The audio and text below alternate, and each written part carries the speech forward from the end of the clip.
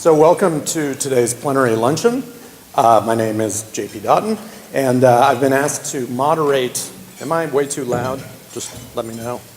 I've been asked to moderate today's session, and it's a pleasure to do so. I want to just make a few very, very brief comments to introduce the sort of theme of the panel and then our speakers.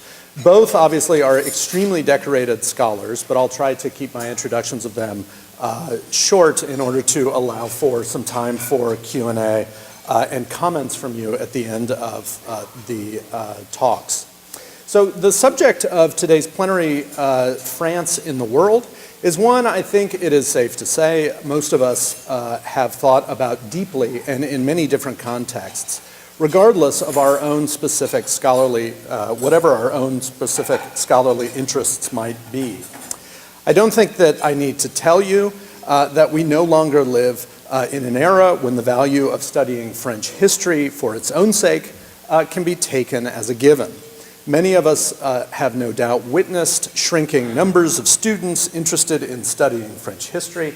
And on a national scale, it's all too well known that majors in French language and literature have dried up to a trickle.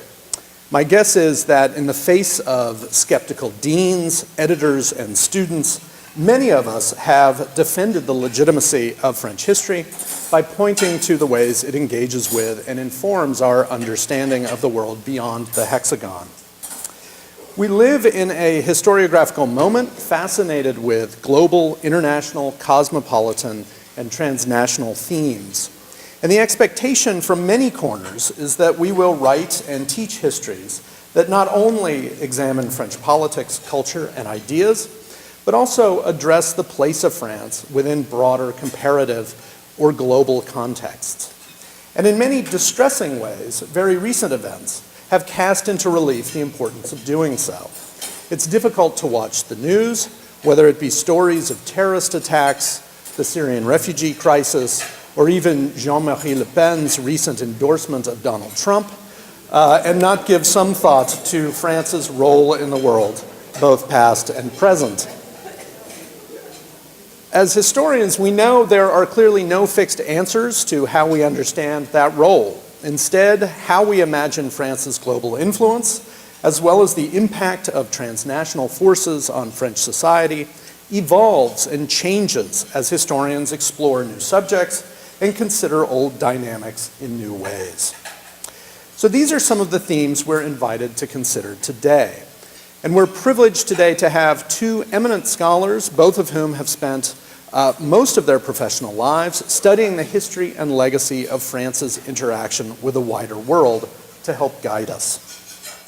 Our first speaker, Brett Rushforth, is the Colhagen Distinguished Associate Professor of History at the College of William and Mary.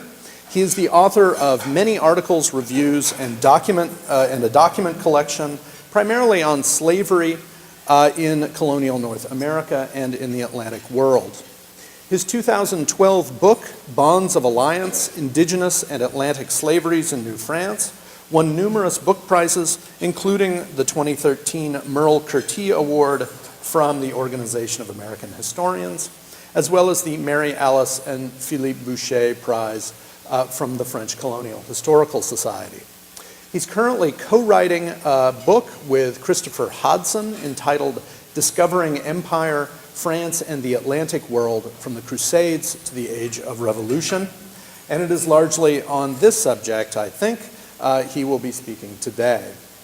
Our second speaker, Alice Conklin, is Professor of History at Ohio State University. In addition to publishing many articles and co-authoring 2 textbooks, she's the author of A Mission to Civilize, The Republican Idea of Empire in France and West Africa, 1895 to 1930, which won the 1998 Berkshire Book Prize. In 2013, she published In the Museum of Man, Anthropology, Race, and Empire in France. It won the David H. Pinkney Prize from the Society of French Historical Studies and has recently been published in a French edition. Professor Conklin is also an award-winning teacher, and I think I can say that for historians of the empire of a certain age, I won't say what age that is because I make myself feel old. She has always been a generous and cherished colleague and interlocutor. Her comments today will include how recent work on the British Empire might help guide how we think about France and its colonial legacies.